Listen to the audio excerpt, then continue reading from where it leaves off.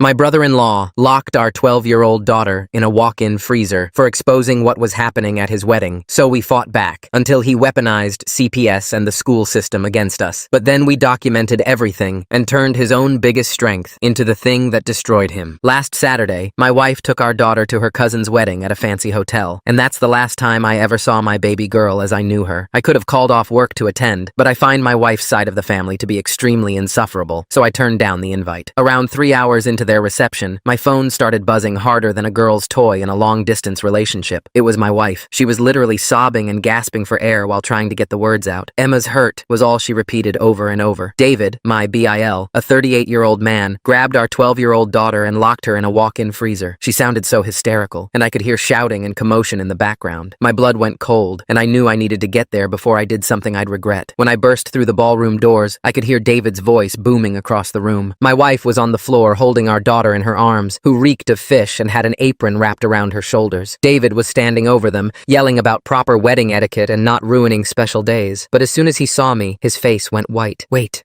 I can explain," he said, voice shaking. All I wanted to do was beat him until his brains was minced meat on the carpet. But I knew I had to set a good example for my daughter. So instead, I scooped Emma into my arms and tried to do breathing exercises with her. After 5 minutes, she was still hyperventilating and complained about her chest hurting, so I rushed her to the nearest urgent care. It was more important than dealing with BIL, at least for now. The doctor said she was okay physically, just severely traumatized, and that's when my wife finally told me the whole story. Apparently, Emma, our daughter, and all the younger cousins were sitting at the kids' table when my wife had to use the bathroom. That's when Emma noticed something happening in the hallway. The groom, Brian, had cornered one of the bridesmaids against a wall while she was crying, rubbing his greedy hands all over her chest. Emma, being the sweet, protective kid she is, went to my wife and quietly told her she saw Brian making Melissa cry in the hallway and asked if everything was okay. David overheard this and exploded, calling Emma a lying brat who was trying to destroy the wedding. In response, Emma said Brian shouldn't hurt girls if he wants a good marriage. David completely snapped and grabbed Emma's arm so hard it left bruises and dragged out while she screamed for help. My wife tried to lunge at them, but her dad pinned her back and said, "Let the men handle things," so she was forced to watch as Emma was hauled down to the kitchen and thrown into the walk-in freezer. My wife tried to dial 911, but her dad took her phone away and told her if she said another word, she'd be thrown in too. It wasn't until 2 minutes later, when she managed to tell one of the bigger teenagers what was going on, that they could pry the door open and let her out. I left Emma with my mom and went back to confront him and found the bride's parents already there, so I told everyone exactly what happened. David tried to say Emma was attacking the groom, but I asked, "Where are the marks from Emma's attack?" And he had nothing to say. The kids from the table backed Emma up, saying, "We begged Uncle David to stop, but he wouldn't listen." None of the adults did anything. As I glanced around the room, everyone was avoiding all eye contact with me, but I knew from the redness in their face that the kids were telling the truth. Rage boiled my blood, but I held back from doing anything because I was ready to play the long game. The next week was hell. Emma wouldn't sleep alone and kept waking up screaming about being cold. She'd kick off her blankets in a panic, thinking she was trapped. My wife and I took turns staying with her, holding her until she fell back asleep. I used my vacation days to be home. We kept the thermostat at 75 degrees, but Emma still wore sweaters and wrapped herself in blankets. David went radio silent, but I knew he was planning something. Men like him always have a next move. Sunday rolled around and we had to go to my mother-in-law's for dinner. It's a weekly thing and my wife didn't want to break tradition, said it would make things worse. I agreed, but only if David wasn't there. My wife called ahead and her mom promised he was visiting friends out of town, something about a golf weekend. We showed up and Emma stuck to my side like glue. She hadn't let go of my hand since we got out of the car. The house felt different, quieter, tense. My mother-in-law kept giving us weird looks, her lips pursed like she'd bitten into a lemon. She barely spoke to Emma, which was unusual. She always doted on her only granddaughter. After dinner, she pulled my wife into the kitchen to help with dishes. I could hear hushed, urgent whispers through the door. I wandered upstairs to use the bathroom. The attic door was open, which was strange. My mother-in-law never goes up there anymore. Bad knees from a fall last year. The pull-down ladder was extended. I poked my head up and saw boxes everywhere, dust motes dancing in the light from the single bulb. One was tipped over with papers spilling out like guts from a wound. I climbed up to fix it and noticed bank statements. Lots of them. All in my mother-in-law's name, but the signatures looked off. Too neat, too practiced. I grabbed a handful and started reading. Withdrawals of $500 here, $1,000 there, all going back 3 years. The memo lines said things like home repairs and medical bills, but I knew for a fact my mother-in-law hadn't done any major repairs. The roof still leaked in the guest bedroom, and she's on Medicare, always bragging about her supplemental insurance. I heard footsteps on the stairs, heavy, deliberate. I shoved the papers in my jacket and turned around. David was standing there, not out of town after all. His face was red and sweaty despite the cool evening. He saw the open box, and his eyes went went dark, dangerous. He told me I had no business snooping around his mother's house. His voice was low, controlled, but I could hear the threat underneath. I said it was my wife's mother, too. He stepped closer and I could smell whiskey on his breath, see the slight sway in his stance. He grabbed my wrist hard, same way he grabbed Emma. His fingers dug in, trying to establish dominance. He said if I showed anyone those papers, he'd tell the cops I planted them, that I was trying to frame him because of the wedding thing. His breath was hot on my face, reeking of alcohol and desperation. I yanked my arm away and headed for the stairs. He blocked me. We stood there staring at each other. I could see him calculating, weighing his options. Then Emma called for me from downstairs. Her voice was shaky, scared. She'd been alone too long. David smiled, a cold, predatory thing, and stepped aside. I went down and grabbed my family, told my wife I felt sick and we needed to leave. She didn't question it, just gathered our things while I carried Emma to the car. In the car, I showed her the statements. She went pale, her hands shaking as she flipped through them. We both knew David had power of attorney. Her dad set it up before he died, back when David was still pretending to be a responsible son. But stealing from his own mother was low even for David. My wife wanted to go straight to the police. I said we needed more proof first. David would just lie his way out like always. He had connections, lawyers who owed him favors. We needed to be smart about this, patient, thorough. For Emma's sake, and for my mother-in-law's, we had to play this perfectly. The next few days were rough. Emma started having panic attacks at school. The nurse called me Tuesday saying she was hyperventilating in the bathroom. I picked her up and she clung to me the whole ride home. That night, David started his campaign. My wife's cousin texted her screenshots from Facebook. David was posting about how kids today make up stories for attention, how some children have overactive imaginations that need professional help. He never mentioned Emma by name, but everyone knew who he meant. Wednesday morning, I got a call from my mother-in-law. She sounded confused, worried, said David told her Emma had been seeing things that weren't there, making up stories about people. She asked if we'd considered therapy. I told her Emma was fine, that David was lying. She got quiet, then said, maybe we should skip Sunday dinner for a while. Let things calm down. I knew David had gotten to her. By Thursday, 3 different relatives had called my wife asking if Emma was okay, if she was having problems at school, if maybe she needed to talk to someone. David was working fast, planting seeds of doubt. My wife cried that night after Emma went to bed, said she felt like her whole family was turning against us. I held her and promised we'd fix this. Friday, I took off work early, told my boss I had a family emergency. I drove to David's office, the one his dad left him. It's in a strip mall between a nail salon and a tax place. Not exactly prestigious, but David acts like it's a downtown high-rise. His car wasn't there, but his secretary was. Teresa, an older woman who'd worked for David's father. I told her I needed to drop off some family documents. She let me wait in his office. I snooped around while she answered phones. His desk was locked, but the filing cabinet wasn't. I found more bank statements, not just his mother's. There were accounts for 2 elderly clients. Same pattern of withdrawals, same forged signatures. I took pictures with my phone. Then I heard Teresa say David was on his way up. I shoved everything back and sat down like I'd been waiting patiently. David walked in and froze when he saw me. His face went through about 5 emotions before settling on fake friendliness. He asked what brought me by. I said I wanted to talk about Emma, about the wedding. He sat behind his desk, using it like a barrier between us. Said it was all a misunderstanding, that Emma misunderstood what she saw, that Brian was just comforting Melissa after she'd had too much champagne. I asked about the freezer. He said Emma was hysterical, that he was trying to calm her down. The kitchen was quiet and cool. He thought it would help. I laughed, actually laughed in his face, asked if he really expected anyone to believe that. His mask slipped for a second. I saw the real David underneath, the one who locks children in freezers and steals from old ladies. He leaned forward and said I should be careful, that Emma was already having problems at school, that people were starting to talk, that maybe child services should get involved if we couldn't handle our daughter's mental health issues. The threat was clear. Back off, or he'd try to take Emma away. I stood up and left without another word, but I'd gotten what I came for. The pictures on my phone were proof of a pattern. Now I needed more. That weekend, my wife called her mom's sister. Aunt Linda lived 2 states away, but she knew all the family dirt. My wife asked about David's ex-girlfriend, the one from before his marriage. Linda got real quiet, then said we should come visit. She had something to show us. We drove out Saturday morning. Emma stayed with my parents. She didn't need to hear what we might learn. Linda met us at a diner near her house. She looked nervous, kept checking over her shoulder. She told us about Jessica, David's ex from 5 years ago. How they dated for 2 years before she suddenly left town. No explanation, just gone. But Linda stayed in touch. Jessica told her things, dark things, about David's temper, about the time he locked her nephew in a car trunk during a family barbecue. The kid was only 7, had asked David why he was being mean to Aunt Jessica. Linda gave us Jessica's number, said she'd been waiting for someone to ask. We called from the car. Jessica answered on the 3rd ring. Her voice was cautious until my wife explained who we were. Then the words poured out. She told us about the trunk incident, how David had laughed when they finally got the boy out, how he'd said kids needed to learn respect. She told us about the emotional abuse, the gaslighting, how he'd convinced her family she was unstable. Sound familiar? Jessica said she'd testify testify if we needed her to. Said she'd been waiting years for someone to stop him. She gave us the name of another ex, Sarah. Said Sarah had stories too. We thanked her and hung up. My wife was crying again. Angry tears this time. Her brother had been doing this for years and nobody stopped him. Sunday, we skipped dinner at my mother-in-law's. Monday, David escalated. The school called saying someone had reported concerns about Emma's home environment. Said they'd received an anonymous tip about possible abuse. The counselor wanted to meet with us. I knew it was David, but I couldn't prove it. We met with Mrs. Patterson that afternoon. Emma had to miss soccer practice. Mrs. Patterson was nice enough, but I could see the suspicion in her eyes. She asked about Emma's behavior at home, about any recent trauma, about our disciplinary methods. My wife explained about the wedding. Mrs. Patterson took notes, but I could tell she'd already heard David's version. She said she'd have to document everything, that there would be follow-up meetings. Emma heard that and started crying, asked if she was in trouble. We assured her she wasn't, but I could see the damage being done. Tuesday night, we found out David had been busy in other ways. My wife's phone buzzed with a text from her cousin, a link to an Instagram account. The username was close to Emma's, but not quite right. The posts were disturbing. Weird poems about death and violence, photos of knives and pills with emo captions. The account was following Emma's classmates. Some had already followed back, thinking it was her. I screenshot everything before reporting the account, but the damage was done. Wednesday, Emma came home in tears. Kids at school were asking about her creepy posts. One girl's mom had called the school. Emma didn't understand what was happening. We had to explain that someone was pretending to be her online. She asked why anyone would do that. We didn't have a good answer. Thursday, David made his next move. A process server showed up at our door with papers. David was suing us for defamation and emotional distress, claiming we'd been spreading lies about him since the wedding. The amount he wanted was insane, $15,000. But here's the kicker. He'd listed Emma as a defendant too, a 12-year-old child. My wife threw the papers across the room. I picked them up and read the details. David was claiming Emma had assaulted Brian at the wedding, that we'd coached her to lie about it. I called a lawyer friend. Justin said it was harassment, that no judge would take it seriously, but we'd still have to respond, still have to pay for representation. It was death by 1,000 cuts. David was trying to bleed us dry financially and emotionally, make us too tired to fight back. But he didn't know I'd been documenting everything, every post, every call, every interaction. I had a file growing thicker by the day. Friday, my wife discovered something disturbing. She'd been going through old family videos on her laptop, looking for happy memories to show Emma, remind her that her family wasn't all bad. She found footage from last Christmas. David had been filming with his phone during dinner, but in the background, you could see him pointing the camera at Emma when he thought no one was looking, zooming in on her. We checked other videos. He was in the background of most of them, always watching Emma, always recording. My wife felt sick, said she needed air. I looked through more videos while she stood on the porch, found one from Emma's birthday party. David in the corner, phone out, filming while Emma opened presents. Another from Easter. David recording Emma hunting for eggs, always lurking, always watching. It made my skin crawl. What kind of grown man secretly films his 12-year-old niece? Saturday, we got proactive. I called Jessica again, asked if she'd noticed David recording kids when they dated. She went quiet, then said yes. Said he had folders on his computer, videos of his cousin's kids, neighbors' children. Nothing overtly inappropriate, but creepy, obsessive. She'd asked about it once and he'd blown up. Said she was making innocent family videos seem dirty. Classic David. Turn it around, make you feel guilty for noticing. We needed those recordings he'd made of Emma. If he was trying to catch her in lies, he might have captured something else, something that proved his pattern of behavior. But his devices would be locked down tight. We needed another way. That's when my wife remembered something. David always backed up to cloud storage. And years ago, when he'd helped set up her mom's computer, he'd used his own account. His mom probably still had access. Sunday, we bit the bullet and went to dinner. David was there, smug as ever. He kept making comments about children who lie, about parents who enable them. My mother-in-law looked uncomfortable but didn't say anything. Emma barely ate, just pushed food around her plate. After dinner, my wife volunteered to help her mom with computer issues, said the email wasn't working right. They went to the den while I kept David busy in the living room. He tried to bait me, mentioned the lawsuit, asked if we'd found a lawyer yet, said it was a shame when families had to involve the courts. I just nodded, let him talk. He got cockier as he drank, started bragging about a case he'd won, some elderly client who'd tried to change their will. David had contested it, proved the old man wasn't competent. The family had to split everything with David's client. He smiled as he told it, proud of manipulating a dying man's wishes. My wife came back looking pale but triumphant. She'd found the cloud account, downloaded files to a thumb drive while David was distracted. We made excuses and left early. David called after us about seeing us in court. Emma asked what he meant. We told her not to worry about it. At home, we went through the files. Hours of video. Emma at family gatherings, at the park, at school events David had attended. And then we found it. A video from the wedding. David had been recording before the incident. The phone must have been in his pocket, still capturing audio. You could hear Emma tell my wife about Brian and Melissa. Hear David's explosion. Hear Emma's screams as he dragged her away. The phone must have shifted because suddenly there was partial video. Shaky, mostly obscure. obscured, but you could make out David's hand on Emma's arm, her feet dragging as he pulled her, the kitchen door slamming, and then his voice, muffled but distinct, telling her she needed to learn to keep her mouth shut. That little girls who told tales got what they deserved. We had him, but we needed more. The financial stuff was separate from the assault. We needed both to bury him completely. Monday, I took another sick day, drove to the courthouse and pulled property records. David's house was mortgaged to the hilt. 3 refinances in 5 years. Where was all that money going? His car was leased, his office was rented. He dressed nice, but not that nice. Then I remembered the gambling. My wife had mentioned years ago that David liked poker. Maybe liked it too much. I made some calls, found out David was a regular at underground games. High-stakes stuff. The kind where you could lose 5 grand in a night. The kind where they don't take IOUs. One guy, Billy, used to work with me. He ran book on the side. Said David owed people money. Serious people. Said David had been scrambling lately, desperate for cash. That explained the theft. He was stealing from his mother to pay gambling debts. Tuesday, the school called again. More concerns about Emma. Someone had sent an anonymous email with links to the fake Instagram, claiming we weren't monitoring our daughter's internet use. We had another meeting with Mrs. Patterson. This time, she was less friendly. Said the reports were piling up, that she might need to involve social services. Emma had to sit in the hall while we talked. I could see her through the window, hunched over, looking small. We showed Mrs. Patterson the screenshots proving the account was fake. Showed her when it was created, how it was clearly an adult trying to sound like a child. She took notes, but I could see the doubt. Once that seed was planted, it was hard to dig out. David was winning this part of the war, making us look unstable, neglectful, making Emma look disturbed. Wednesday, my wife's sister called. Madison had been Switzerland up till now, not taking sides, but she'd noticed something. Money missing from their mom's account. Checks made out to cash that their mom didn't remember writing. She'd confronted David and he'd blown up. Said she was calling their mother senile. Said maybe she needed to be evaluated for dementia. Classic David. Attack when cornered. Madison was shaken. Asked if we'd noticed anything similar. We told her about the bank statements, the pattern going back years. She went quiet, then said there was more. Their mom had changed her will recently. Left everything to David. Cut everyone else out completely. Said it was because David was the only one who cared about her. Madison had been suspicious, but their mom insisted it was what she wanted. Now she wondered if David had manipulated her, threatened her maybe, or convinced her the rest of the family was against her. We needed to move fast. David was escalating because he was desperate. The walls were closing in and he knew it, but cornered animals are dangerous. Thursday proved that. Emma didn't come home from school. The bus driver said she never got on. The school said she'd left with the other kids. My wife called everyone we knew. I drove around the neighborhood, checking the park, the library, anywhere she might go. Then my phone rang. David. He said Emma was safe, that she'd come to him upset about all the tension at home, that maybe she should stay with family who didn't fill her head with lies. I told him to put her on the phone. I could hear Emma in the background saying she wanted to go home. David said she was confused, that we'd call the police. He laughed and said, "Go ahead." He was her uncle. She'd come willingly. He was just trying to help. I drove to his house, breaking every traffic law. My wife called 911 from her car. We arrived at the same time as the cops. David answered the door all smiles. Told the officers it was a family misunderstanding, that Emma had texted him asking for a ride. He showed them texts from Emma's phone, but Emma didn't have her phone. We'd taken it away after the Instagram incident. David's face changed when we said that. The cops asked to see Emma. She was in the living room crying. She ran to us and held on tight. Told the officers David had been waiting outside school. Said her mom sent him to pick her up. She'd believed him because he was family. He'd taken her phone from her backpack and texted himself, then deleted the messages from her phone and gave it back. The cops took statements. David stuck to his story, but it was falling apart. They said they'd file a report, that we should consider a restraining order. That night, Emma slept between us. She kept waking up asking if the doors were locked, if David could get in. We assured her she was safe, but I stayed awake listening for sounds. Friday, we filed for the restraining order. The judge granted a temporary one based on the police report. David would be served within 24 hours. It felt like progress, but I knew it was just paper. Paper doesn't stop a desperate man. Saturday, my wife's cousin called, the one who'd first sent the Instagram links. She'd been doing some digging, found David's ex-wife on Facebook, the one nobody talked about, the marriage that lasted less than 2 years before she fled to another state. Christina was willing to talk. Said she'd been waiting for this call for years. The stories she told made Jessica's seem tame. David had locked her kid in a closet, his own stepson. Said the boy was disrespectful, needed to learn his place. She'd tried to leave, but David had threatened to ruin her. Said he'd make sure she never saw her son again. He'd filed false reports with CPS, claimed she was an unfit mother, hired a PI to follow her, planted substances in her car, then called in an anonymous tip. She'd struck the charges, but it cost everything she had. Finally, she'd run in the middle of the night, started over 3 states away, changed her name. David had still found her, sent photos of her son at his new school. The message was clear. She'd stayed quiet after that. Christina had documents, police reports, court filings, hospital records from when her son had panic attacks, a paper trail of David's abuse. She overnight expressed copies to us, said to use them however we we needed. Said it was time someone stopped him. The package arrived Monday. 50 pages of David's greatest hits. A pattern spanning years. Always the same. Lock up kids who challenged him. Destroy anyone who fought back. Tuesday, the restraining order was served. David called my wife's mom screaming about betrayal. About family turning on family. Said we'd regret this. My mother-in-law called my wife crying. Said David told her we were trying to steal her money. That we'd planted those bank statements. That we wanted her house. My wife tried to explain, but her mom hung up. David had poisoned that well completely. Wednesday, things got weird. I noticed a car following me to work. Same car outside when I left for lunch. I got the license plate. Had Justin run it. Rental car. Paid for in cash. Could have been anyone, but I knew it was David. Or someone he'd hired. That night we got takeout. I was too paranoid to cook. Kept checking the windows. Emma noticed and asked if the bad man was coming. We said no, but I could see she didn't believe us. Thursday, the school called again. This time it was good news. Mrs. Patterson had done some investigating. Found out the anonymous reports all came from the same IP address. Traced it to David's office. She apologized for the stress. Said she'd document everything for our lawyer. Finally, someone else saw through David's act, but he wasn't done. That night, our doorbell camera caught him driving by slowly. 3 times between midnight and dawn, just letting us know he was watching. Friday, my wife's grandmother called. David's grandmother, too. She was 93 and sharp as a tack. Said she'd been watching the family drama unfold. Had some things to say. Turns out David had tried this before. 20 years ago with a younger cousin. Nobody believed the kid then. The family covered it up. Grandma had receipts, old letters, journal entries, a pattern going back to when David was a teenager. She'd kept quiet to preserve family peace, but not anymore. We visited her Saturday. She lived in assisted living but still had all her papers, boxes of them. She showed us a letter from David's high school. He'd locked a classmate in a supply closet. Got suspended, but Daddy made it go away. Another incident in college. A girlfriend who'd filed charges then dropped them. Daddy's money again. Grandma said she'd tried to warn people, but the family always protected David. Always made excuses. She gave us everything. Said she was too old to care about family politics. Said Emma deserved better than what she got. We left with 3 boxes of ammunition. That night, we spread it all out on the dining room table. Police reports, bank statements, medical records, witness statements. 25 years of David being David and getting away with it. Until now. Sunday, David made his biggest mistake. There was a family barbecue at the park. We weren't going, but Madison was. She called us afterward, hysterical. David had shown up hammered. Started ranting about ungrateful family, about lies and conspiracies, about how he'd given everything to his mother and this was how she repaid him. Then he'd let slip about the money, how he'd only taken what he deserved, how the old bat had more than she needed anyway. 30 people heard him, including his mother. She'd been bringing potato salad when he said it, dropped the whole bowl, started crying. David tried to backtrack, but the damage was done. Madison recorded the whole thing on her phone. David admitting to theft in front of 3 dozen witnesses. He realized what he'd done and tried to grab Madison's phone. She ran to her car and left. David followed, screaming threats. Other family members had to physically restrain him. Monday, my mother-in-law called, voice small and broken, apologized for not believing us, said she'd looked at her accounts, really looked, found withdrawals she didn't remember, checks she didn't write, $40,000 over 3 years, her retirement savings, the money she'd inherited from her sister, gone, all signed by David. She wanted to press charges. We told her about everything else we'd found. She cried harder, said she'd failed as a mother. We told her it wasn't her fault. David had everyone fooled. Tuesday, we took everything to the police. 3 boxes of evidence. Witness statements from Jessica, Christina, and Grandma. The video from the wedding. The bank records. Madison's recording from the barbecue. The detective's eyes got wider as we laid it all out. Said this was the most comprehensive case file he'd seen from civilians. Said David had made a lot of enemies. We gave him Christina's contact info. She was ready to testify about the false imprisonment of her son. Wednesday, David was arrested at his office. Teresa called us, voice shaking. Said the police had taken computers, files, everything. Said they'd found more victims. Other elderly clients with mysterious withdrawals. David's house of cards was collapsing. He made bail by Thursday, but the damage was done. His face was in the paper. Local attorney arrested for elder abuse and theft. His uncle fired him that afternoon. Clients started calling, demanding their files. Friday, we got a call from David's lawyer, Scott something, smooth talker. Said David wanted to make a deal, drop the charges and he'd leave town. Never contact us again. Sign away any claim to his mother's inheritance. We laughed. Actually laughed. Told him to check the evidence. David was going to prison. No deals. Scott said we'd regret this. That David had resources. We hung up. Let him make his threats. We had the truth on our side. Saturday, David did something stupid. Violated the restraining order. Showed up at Emma's soccer game. Stood at the edge of the field watching. Other parents noticed. Felt uncomfortable. One dad, Gerald, approached him. Asked him to leave. David shoved him. Hard. Gerald's a contractor. 6'3" and solid muscle. He didn't shove back, but he didn't need to. 3 other dads surrounded David. Told him to go. David looked around. Realized he was outnumbered. Left, but not before screaming that this wasn't over. We called the police police from the field. They picked David up an hour later. Back to jail. No bail this time. The judge called him a flight risk and a danger to a minor. David's lawyer argued, but the video from the wedding played in court. The judge watched David lock a 12-year-old in a freezer. Watched him smile about it after. Bail denied. David would wait for trial behind bars. Emma heard the news and smiled for the first time in weeks. Asked if it was really over. We said, almost. The trial took 3 months to schedule. David's lawyer tried every delay tactic, filed motion after motion, but the evidence was overwhelming. 15 witnesses testified. Jessica flew in from Portland. Christina drove 10 hours with her son, now 17 and ready to face his former stepfather. The kid was brave, told the court about hours locked in dark places, about David laughing when he cried, about his mom's tears. The jury looked sick. Madison testified about the barbecue incident, played the video for the court, David's own voice admitting to theft. His mother took the stand, frail but determined, detailed every forged check, every lying excuse. The prosecutor showed the jury $40,000 in fraudulent withdrawals. The defense had nothing. David took the stand against his lawyer's advice, tried to spin it all as misunderstandings. The prosecutor tore him apart, asked about each child he'd locked up, each elder he'd robbed. David's mask finally slipped. He screamed that they all deserved it, that children needed discipline, that his mother owed him for all he'd done. The jury deliberated for 2 hours, guilty on all counts: elder abuse, theft, false imprisonment, child endangerment. The judge gave him 8 years. Not enough, but something. David screamed as they led him away, promised he'd get revenge, that we'd pay for this. The bailiff dragged him out, still yelling. Emma watched from the gallery, didn't flinch, didn't cry, just watched the bad man get taken away. After the trial, things slowly improved. Emma started sleeping through the night, stopped checking locks obsessively. My mother-in-law got her money back. Insurance covered most of it. The rest came from selling David's house. Turned out he didn't own much. The gambling debts ate everything. His creditors came calling, but there was nothing left. David lost everything. His freedom, his family, his future. All for what? Pride? Greed? Some sick need to control? We still go to Sunday dinners. The family is smaller now. Some relatives chose David's side, said we'd overreacted. That family should forgive. We let them go. The ones who stayed are closer, bonded by shared trauma and survival. Emma plays with her cousins again, laughs again, but she's different, more cautious, more aware that monsters can wear familiar faces. We got her therapy, good therapy. She's working through it. David's in state prison now, will be for years. He writes sometimes, long rambling letters about injustice, about family betrayal. We don't read them, just forward them to the prosecutor in case he violates the no-contact order. His mother changed her will, split everything equally among her children, except David. He gets nothing. She says it's the least she can do after failing to protect her grandchildren. We tell her it wasn't her fault. Predators are good at hiding. David had decades of practice. The other day, Emma asked if Uncle David could ever come back. We told her no, that the judge made sure of it, that even when he gets out, he can never come near her again. She nodded and went back to her homework. Just like that. Kids are resilient, but I still check the locks, still watch cars that follow too close, still wake up sometimes thinking I hear him at the door. Trauma lingers, for all of us, but we won. That's what matters. David thought he could intimidate us into silence, thought he could destroy a 12-year-old girl for telling the truth. He was wrong. Emma's the hero of this story. She saw something wrong and spoke up, even when the adults failed her, even when her own family turned against her. She told the truth, and eventually, finally, justice listened. We're okay now. Not the same, but okay. Emma plays soccer and gets straight A's. My wife started volunteering at a women's shelter. I coach Little League. Normal life stuff. We don't talk about David much. He's just a bad chapter in our family story. A cautionary tale about enabling abuse, about the cost of keeping quiet. Sometimes Emma asks why he did it, why he hurt people. We don't have good answers. Some people are just broken, and they break others if we let them. But we didn't let him. Not in the end. David's in a cell now, thinking about what he lost. 8 years to think about every child he terrorized, every dollar he stole, every life he tried to ruin. Meanwhile, Emma's growing up strong and brave. She knows her voice matters, that speaking truth to power works, even when power is family. Especially then. David taught her that. Not the lesson he intended, but the one she learned. And that's the best revenge of all.